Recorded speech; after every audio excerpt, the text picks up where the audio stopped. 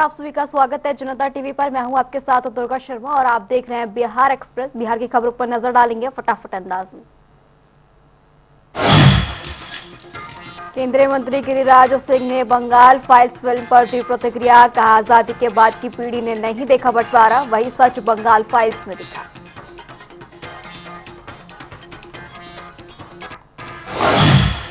देखिए, मैं तो यही कहूँगा, जो आज़ादी के बाद की पीढ़ी है, जिसने बंटवारे को देखा नहीं, बंटवारे के सच को बंगाल फाइल में दिखाया गया, ये नई पीढ़ी को देखनी चाहिए बंगाल फिल्म।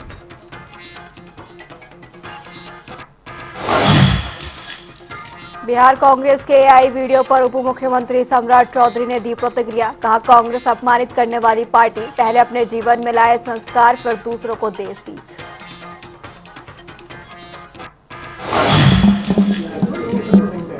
देखिए, कांग्रेस पार्टी का परिचय ही अपमानित करने वाला लोग है, जिसने पहले सार्वजनिक मंच से आदरणीय प्रधानमंत्री जी की मां को गाली दिया और आज तक जिस तरह का सीख दे रहे हैं, पहले वो अपने जीवन में लाते तो एक अच्छी बात होती। संस्कार अपने घर से होता है, ये बताना चाहिए।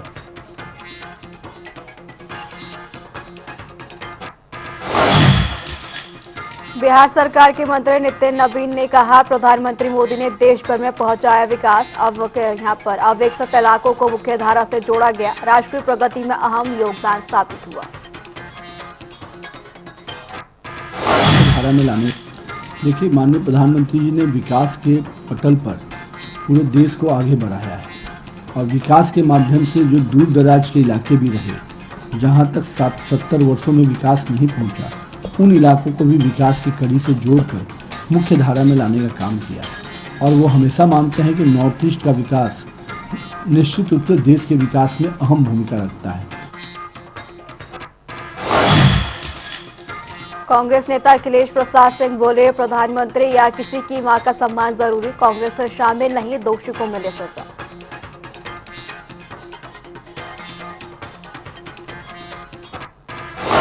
प्रधानमंत्री जी और किसी की भी मां का सबको सम्मान करना चाहिए, लेकिन ये जो बिना मतलब का वितंडा खड़ा किया जा रहा है वो गलत है। जहां भी ये घटना घटी, न उसमें कांग्रेस पार्टी का कोई सदस्य था और जिसने भी किया ये घृणित काम, उसको सजा मिले। भाजपा के अध्यक्ष ओम प्रकाश राजभर ने कहा, सुहेल देव, भारतीय समाज पार्टी 20 वर्षों से बिहार में सक्रिय, पटना अधिवेशन का उद्देश्य आगामी चुनाव एनडीए संग लड़ने की तैयारी। भारतीय समाज पार्टी यहाँ 20 साल से हम लोग बिहार में काम करते हैं। यहाँ पंचायत चुनाव, विधानसभा के चुनाव और लोकसभा के चुनाव बराबर हम लोग लड़ते रहे हैं। इस बार हम लोग पार्टी का अपने राष्ट्रीय अधिवेशन बिहार की धरती पर पटना में आज जो आयोजित है, इसका उद्देश्य ही आगामी जो चुनाव है, उस चुनाव में हम लोग एनडीए गठबंधन के साथ मिलकर के चुनाव लड़ने की तैयारी है। सहरसा में एनडीए कार्यकर्ता सम्मेलन का आयोजन। कार्यक्रम में मंत्री श्रवण कुमार, सहकारिता मंत्री डॉक्टर प्रेम कुमार समेत कई नेताओं ने लिया भाग। लोगों ने अपने हित में मतदान करने की अपील।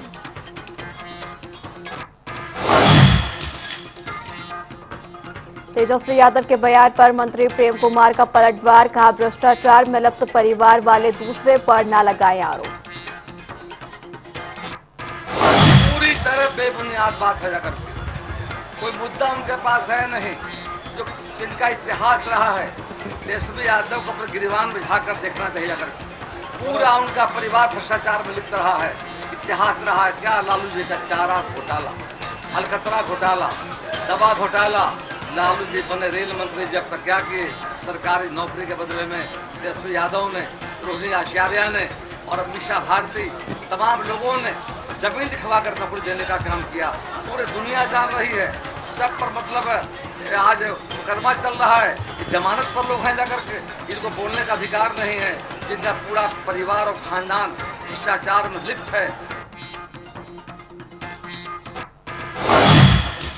पटना में निर्दलीय सांसद पप्पू यादव का कांग्रेस पर हमला, कहा मां को राजनीति में घसीटना नैतिक पतन, चाहे गरीब या प्रधानमंत्री की मां हो, अपमान अस्वीकार्य, गाली देने की संस्कृति बीजेपी से सीखी। प्रधानमंत्री जी के लोग ही गाली दिल लगे और वहां कांग्रेसियों ने मारा, बड़ी मार जिसने गाली दी उसको, अब कांग्रेसी ने ही जेल भेजा, अब कांग्रेसी ने ही परंपरा को गलत बताया। और अब प्रधानमंत्री जी एक बार मां का इस्तेमाल किए, अब पिंडदान में मां का इस्तेमाल कर रहे हैं, जबकि पिंडदान बड़ा बेटा करता है, छोटा बेटा नहीं करता है, और पिंडदान एक बार ही होता है। एक बार तो माँ बाप का पिंडदान हो गया परिवार की तरफ से, तो अब राजनीति के लिए क्या इतना नैतिक स्तर गिर जाए?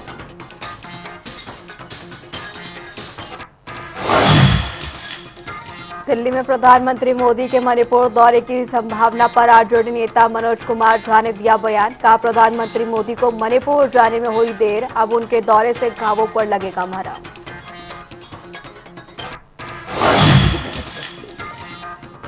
देर लगी आने में तुझको, शुक्र है तुम आए हो सही। और ये मणिपुर की पीड़ा है, क्योंकि वो सिर्फ एक टुकड़ा नहीं है ना जमीन का, जिंदा लोग बस है।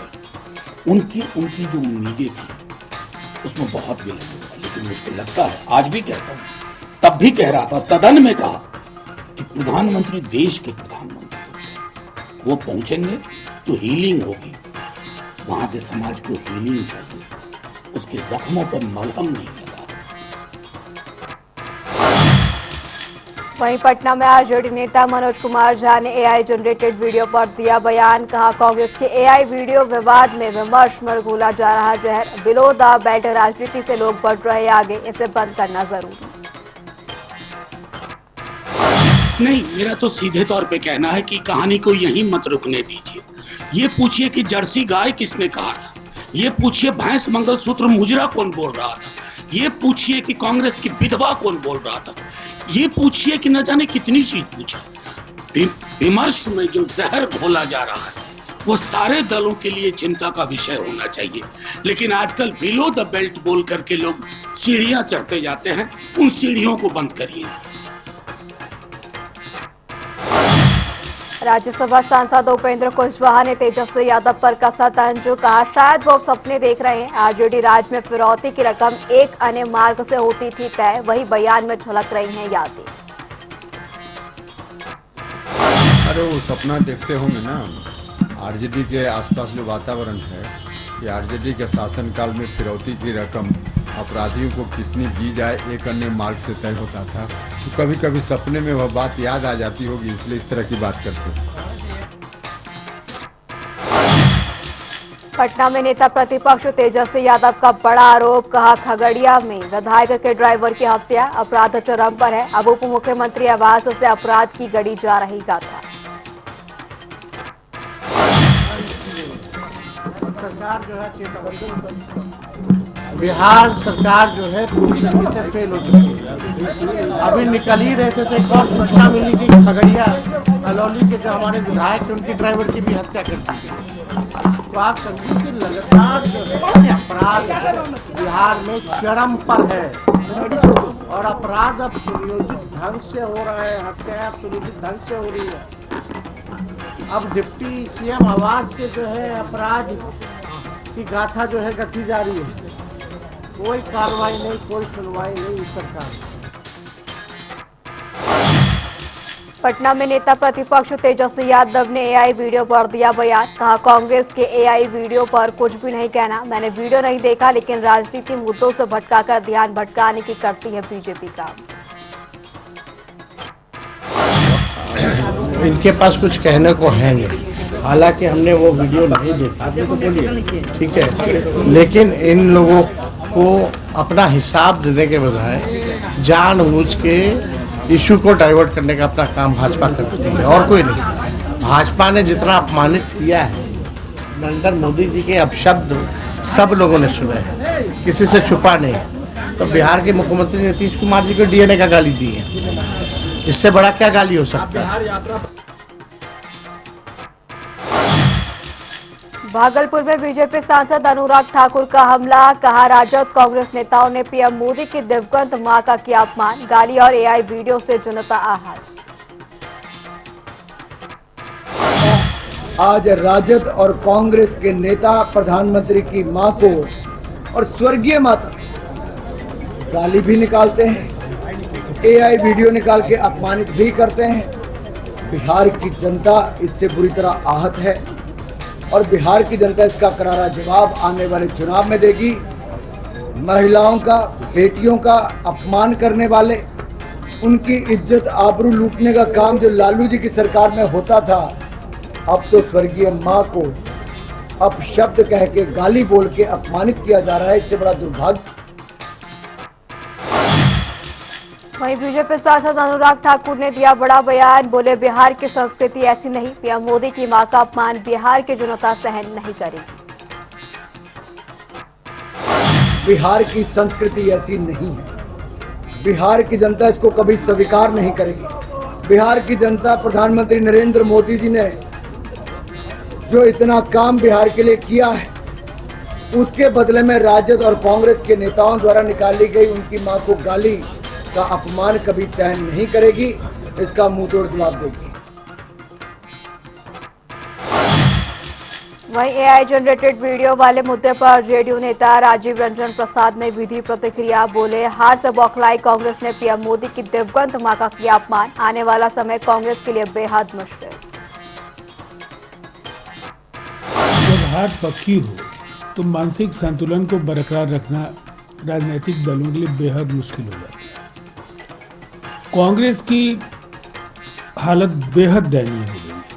उन्हें पता है कि नामलेवा भी इस चुनाव के बाद नहीं बचेगा। अभी केरल कांग्रेस के ट्वीट को डिलीट इन्हें करना पड़ा और इस बार का जो ट्वीट है ये हताशा और बौखलाहट को केवल जाहिर करता है।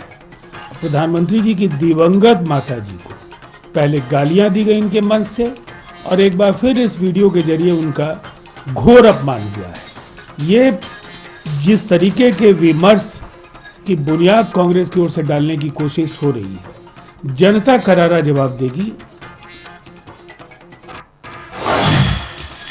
पटना में बिहार कांग्रेस द्वारा पोस्ट किए गए एआई जनरेटेड वीडियो पर मंत्री अशोक चौधरी ने प्रतिक्रिया दी। उन्होंने कहा ये नंदनीय है, वो बहुत नीचे गिर रहे हैं। देश के लोगों कांग्रेस पार्टी को स्वीकार करने के लिए तैयार नहीं, उन्हें इसके लिए पीछे के कारणों पर गौर करना चाहिए। ओछी हरकत है, घटिया हरकत है, राजनीति का ओछापन है। देखिए, प्रधानमंत्री की मां को गाली देना और प्रधानमंत्री का उस पर रिएक्ट करना, किसी भी एक रिक्शा वाले को भी आप गाली दीजिएगा तो बोलता है कि आप मुझे अपमानित करिए, मेरी मां को नहीं अपमानित करिए। देश के प्रधानमंत्री को कहेगा तो निश्चित रूप से रिएक्ट करेंगे। अब कारण कोई रहा वो एक अलग बात है, लेकिन जिस तरह से एआई से बना करके आप मजाक उड़ा रहे हैं और ऑफिशियल पेज से मजाक उड़ाया जा रहा है, इससे घटिया बात स्तर और क्या हो सकती है। घटिया स्तर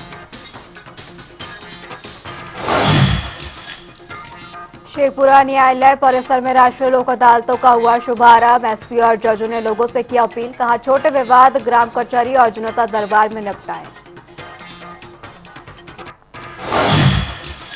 शेखपुरा में कड़ी सुरक्षा के बीच हो रही बीपीएससी की 71वीं परीक्षा, 11 केंद्रों में 4,944 अभ्यर्थी हुए शामिल। सीसीटीवी की निगरानी में परीक्षा दे रहे हैं अभ्यर्थी।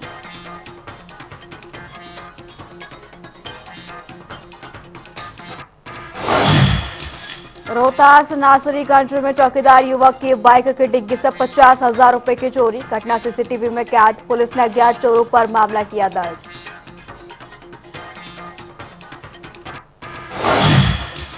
मोतिहारी पुलिस को मिली बड़ी कामयाबी, पुलिस ने चुनाव प्रभावित करने की साजिश में लगे अपराधियों को किया गिरफ्तार। कब्जे से हथियार, कारतूस और लग्जरी गाड़ियां की गई बरामद। पटना बख्तियारपुर में महिला और पति का नदी में मिला शव, पुलिस हत्या या आत्महत्या की जांच में जुटी। पुलिस परिजनों से भी कर रही है पूछताछ। गोपालगंज में शराब तस्करों और पुलिस के बीच मुठभेड़, बदमाश घायल हुए। कब्जे से पुलिस ने स्कॉर्पियो और कट्टा किया बरामद, 2 तस्कर हुए फरार। शेखपुरा में विवाहिता पार्वती देवी और 2 वर्षीय पुत्र की संदिग्ध मौत से सनसनी। परिजनों ने पति पर हत्या का लगाया आरोप, घर पर ताला और परिवार फरार, पुलिस जांच में जुटी।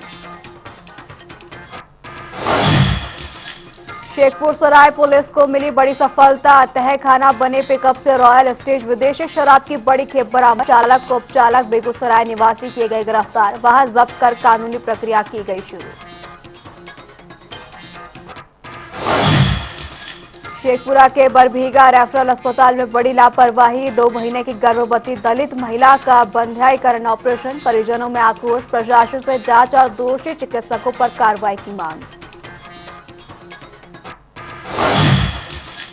गया पितृपक्ष मेले में नेपाल से पहुंचे तीर्थयात्री पिंडदान में जुटे। नेपाल में हिंसा और अशांति से चिंतित, ओली सरकार के भ्रष्टाचार और सोशल मीडिया पर प्रतिबंध को बताया वजह। अंतरिम सरकार गठन की उठी मांग।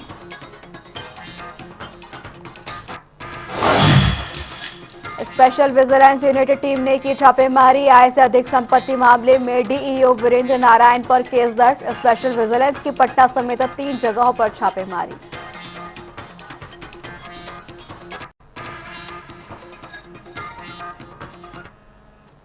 राजद नेता तेजस्वी यादव 16 सितंबर से बिहार अधिकार यात्रा पर निकलने जा रहे हैं, जो कि 20 सितंबर तक चलेगी। लेकिन तेजस्वी यादव की इस यात्रा को लेकर कई तरह के सवाल उठ रहे हैं। क्या ये यात्रा सिर्फ जनता तक पहुंचने का प्रयास है, या तेजस्वी यादव ने अब कांग्रेस को झटका देने का इरादा बना लिया? तेजस्वी यादव की इस यात्रा के क्या कुछ मायने हैं, देखिए रिपोर्ट में।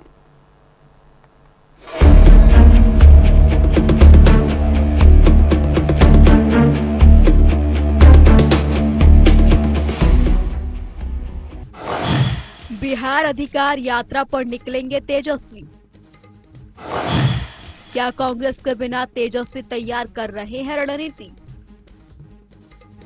बिहार में चुनाव कार्यक्रम के ऐलान से पहले ही सियासी पारा चढ़ने लगा है। हाल ही में राहुल गांधी ने तेजस्वी यादव के साथ सासाराम से पटना तक वोटर अधिकार यात्रा निकाली थी, जिसके बाद तेजस्वी यादव अब एक और यात्रा पर निकलने जा रहे हैं। तेजस्वी यादव की इस नई यात्रा का कार्यक्रम राष्ट्रीय जनता दल यानी आरजेडी ने जारी किया है। तेजस्वी यादव की इस यात्रा को बिहार अधिकार यात्रा नाम दिया गया। उनकी ये यात्रा 16 सितंबर से शुरू होकर 20 सितंबर को समाप्त होगी। इस दौरान वो 10 जिलों का भ्रमण करेंगे। राजद का मानना है कि राहुल की यात्रा से ये 10 जिले बिल्कुल अछूते रह गए थे। 5 दिनों की इस यात्रा का उद्देश्य विधानसभा क्षेत्रों में जनता से संवाद करना है। इन जिलों का दौरा करेंगे तेजस्वी यादव। तेजस्वी यादव की बिहार अधिकार यात्रा की शुरुआत जहानाबाद से होगी और समापन वैशाली में होगा। यात्रा जहानाबाद से शुरू होकर नालंदा, पटना, बेगूसराय, खगड़िया, मधेपुरा, सहरसा, सुपौल, समस्तीपुर होकर वैशाली पहुंचेगी। राहुल के वोटर अधिकार यात्रा का असर। कुछ दिन पहले ही कांग्रेस नेता राहुल गांधी की वोटर अधिकार यात्रा खत्म हुई है। 17 अगस्त को सासाराम से शुरू हुई ये यात्रा 1 सितंबर को पटना में समाप्त हुई थी। इसमें राहुल के साथ तेजस्वी भी शामिल हुए थे। वोटर लिस्ट रिवीजन के मुद्दे पर ये यात्रा करीब 1300 किलोमीटर की थी और 20 जिलों को कवर किया गया था। इसने महागठबंधन, खासकर कांग्रेस कार्यकर्ताओं को खूब उत्साहित किया था। लेकिन अब तेजस्वी भी अपने कार्यकर्ता में जोश भरना चाह रहे हैं, जो कि आगामी चुनावों को देखते हुए बेहद अहम है। और इसलिए अब तेजस्वी यादव जनसंवाद के साथ साथ अपने कार्यकर्ताओं में जोश भरने के लिए यात्रा पर निकलने जा रहे हैं। क्या तेजस्वी तैयार कर रहे हैं प्लान बी? महागठबंधन में सीएम फेस को लेकर खींचतान किसी से छिपी नहीं है। आरजेडी और खुद तेजस्वी यादव अपने भाई को कई बार सीएम फेस घोषित कर चुके हैं, लेकिन कांग्रेस ने अब तक एक बार भी सीएम फेस को लेकर तेजस्वी यादव के नाम पर सहमति नहीं जताई है। दूसरी ओर महागठबंधन में सीट बंटवारे पर पेच अभी भी फंसा हुआ है। इन सबके बीच तेजस्वी यादव का अकेले ही बिहार अधिकार यात्रा पर निकलना सियासी गलियारों में चर्चा का विषय बना हुआ है। सवाल उठ रहा है कि क्या इस यात्रा के जरिए तेजस्वी यादव एनडीए के साथ साथ कांग्रेस के सामने भी शक्ति प्रदर्शन करने जा रहे हैं। अगर सीएम फेस और सीट शेयरिंग को लेकर कांग्रेस के साथ सहमति नहीं बनती तो क्या तेजस्वी यादव अकेले बिहार के रण में उतरेंगे? महागठबंधन में अंतिम समीकरण क्या बनता है ये तो आने वाला समय ही बताएगा, लेकिन तेजस्वी यादव की इस यात्रा ने बिहार में एक बार फिर सियासी हलचलें जरूर तेज कर दी हैं। ब्यूरो रिपोर्ट, जनता टीवी। बिहार में एक तरफ असदुद्दीन ओवैसी महागठबंधन के नेताओं की टेंशन बढ़ाए हुए हैं, तो वहीं दूसरी तरफ उत्तर प्रदेश के मंत्री ओम प्रकाश राजभर ने भी एनडीए के लिए यही काम कर दिया। सुहेल देव भारतीय समाज पार्टी के राष्ट्रीय अध्यक्ष ओम प्रकाश राजभर ने बिहार चुनाव में एंट्री की घोषणा कर दी है, जिससे एनडीए की टेंशन और बढ़ गई है। देखिए ये रिपोर्ट।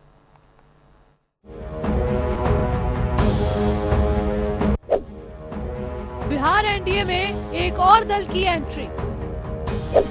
बिहार में पीला गमछा लहराने को तैयार ओपी राजभर। बिहार विधानसभा चुनाव से पहले उत्तर प्रदेश की राजनीति से जुड़े कई नेताओं की एंट्री होने लगी है। उत्तर प्रदेश सरकार में मंत्री और सुहेलदेव भारतीय समाज पार्टी यानी कि सुभा सपा के राष्ट्रीय अध्यक्ष ओम प्रकाश राजभर शुक्रवार को पटना में पार्टी का राष्ट्रीय अधिवेशन किया। साथ ही उन्होंने बिहार में 29 सीटों पर दावेदारी ठोककर खलबली मचा दी है। ओम प्रकाश राजभर ने अधिवेशन को संबोधित करते हुए कहा कि उनकी पार्टी 20 साल से बिहार में काम कर रही है। पंचायत चुनाव, विधानसभा चुनाव और लोकसभा चुनाव में भी हम लड़ते रहे हैं। हमारी पार्टी का राष्ट्रीय अधिवेशन जो पटना में आयोजित किया गया है, उसका उद्देश्य आगामी चुनाव में हमारी एनडीए गठबंधन के साथ लड़ने की तैयारी है। उन्होंने बताया कि बिहार बीजेपी और अन्य राष्ट्रीय नेताओं से बातचीत लगभग 70% तक हो चुकी है और सीटों के बंटवारे पर जल्द ही अंतिम निर्णय होगा। भारतीय समाज पार्टी यहाँ 20 साल से हम लोग बिहार में काम करते हैं। यहाँ पंचायत चुनाव, विधानसभा के चुनाव और लोकसभा के चुनाव बराबर हम लोग लड़ते रहे हैं। इस बार हम लोग पार्टी का अपने राष्ट्रीय अधिवेशन बिहार की धरती पर पटना में आज जो आयोजित है, इसका उद्देश्य ही आगामी जो चुनाव है उस चुनाव में हम लोग एनडीए गठबंधन के साथ मिलकर के चुनाव लड़ने की तैयारी है। वार्ता के क्रम में यहाँ प्रदेश अध्यक्ष भारतीय जनता पार्टी और जो राष्ट्रीय नेता यहाँ लगाए गए हैं और उसके साथ साथ दिल्ली भी वार्ता हम लोगों की 70%। ओम प्रकाश राजभर ने 29 सीटों पर ठोकी दावेदारी। ओम प्रकाश राजभर ने स्पष्ट कर दिया है कि बिहार में इस साल होने वाले विधानसभा चुनाव में सुहेलदेव भारतीय समाज पार्टी एनडीए के साथ मिलकर चुनाव लड़ेगी। पार्टी ने 29 विधानसभा सीटों पर चुनाव लड़ने की इच्छा जताई है। भाजपा के शीर्ष नेतृत्व को पार्टी की ओर से सूची भेजी गई है। हालांकि पहले सुबह सपा 156 सीटों पर चुनाव लड़ चुकी है। सीटों के बंटवारे को लेकर राजभर ने बताया कि पार्टी ने फिलहाल 29 विधानसभा सीटों की सूची एनडीए को सौंपी है। हालांकि पहले सुबह सपा 156 सीटों पर चुनाव लड़ चुकी है, लेकिन इस बार गठबंधन धर्म निभाते हुए वह 29 सीटों में से चयनित सीटों पर अपने दावेदारी करेगी। 2025 विधानसभा चुनाव के पहले अब ओम प्रकाश राजभर ने बिहार की राजधानी पटना में अपने पार्टी का राष्ट्रीय अधिवेशन कर खलबली मचा दी है। अब देखना होगा कि क्या एनडीए ओम प्रकाश राजभर को हिस्सेदारी गठबंधन में देती है या नहीं। अगर हिस्सेदारी नहीं मिलती है तो ओम प्रकाश राजभर का अगला कदम क्या होगा, ये देखना भी बहुत दिलचस्प होगा। एनडीए में सीट बंटवारे को लेकर पहले ही पेच फंसा हुआ है। ऐसे में ओम प्रकाश राजभर ने एनडीए की टेंशन और बढ़ा दी है। ब्यूरो रिपोर्ट, जनता टीवी। फिलहाल बिहार एक्सप्रेस में इतना ही। खबरों का सिलसिला यूं ही जारी रहेगा। बने रहिए जनता टीवी के साथ।